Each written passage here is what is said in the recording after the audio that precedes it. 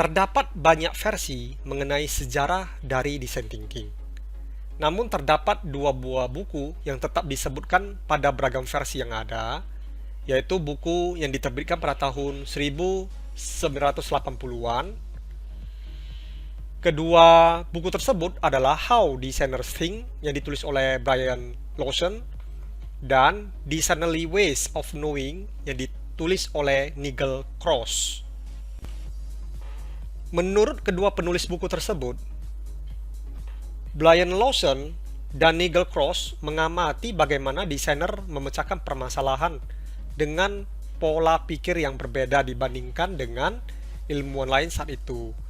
Yang pertama, mereka melihat desainer ini lebih fokus kepada masa depan, menciptakan sesuatu yang baru dibandingkan sekedar menggunakan solusi yang sudah ada. Yang kedua, desainer cenderung menghasilkan solusi yang iteratif dibandingkan dengan durasi yang terlalu lama atau linear untuk menghasilkan solusi sempurna. Setiap iterasi, desainer melibatkan pelanggan mereka.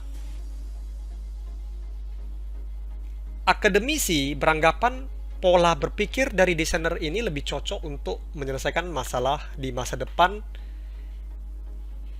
yang masalahnya wicked, ya, atau dikenal tadi wicked problem.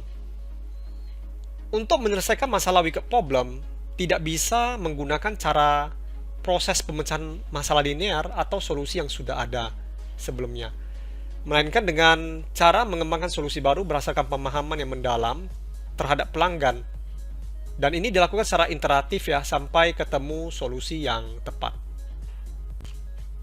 Tahun 1990-an, design thinking masuk ke dalam dunia bisnis.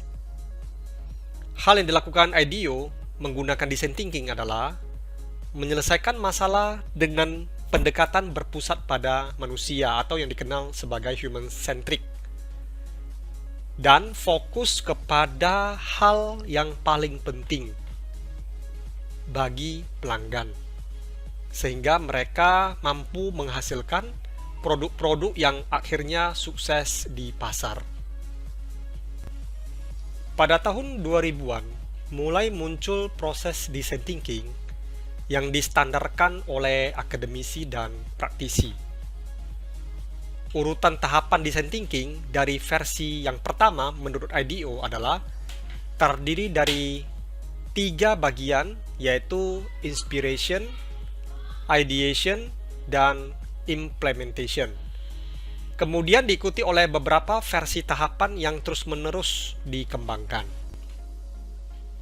Hasso Plattner Institute of Design di Stanford University menerbitkan proses design thinking dengan 6 tahapan, yaitu understand, observe, point of view, ideate, prototype, dan test. Kemudian muncul model lain yang terdiri dari 5 tahapan, yaitu empathize, define, ideate, prototype, dan test.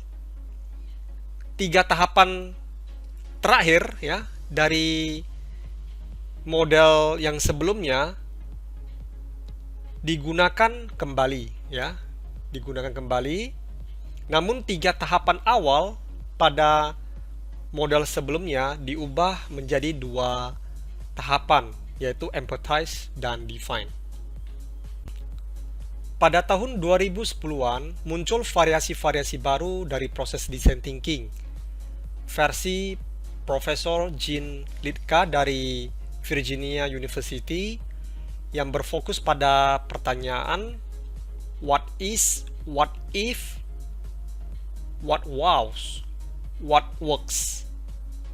Dari 4 pertanyaan tersebut dibuat 10 tahapan seperti yang tampak di gambar ini.